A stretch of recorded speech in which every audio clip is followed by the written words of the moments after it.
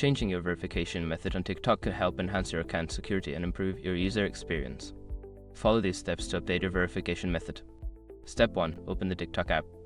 Launch the TikTok app on your mobile device and log into your account if you haven't already. Step 2. Access your profile. Tap on the profile icon located at the bottom right corner of the screen to go to your account profile. Step 3. Go to Settings.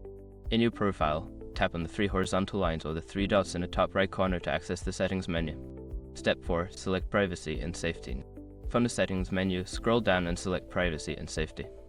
This section contains options related to your account's security and privacy settings.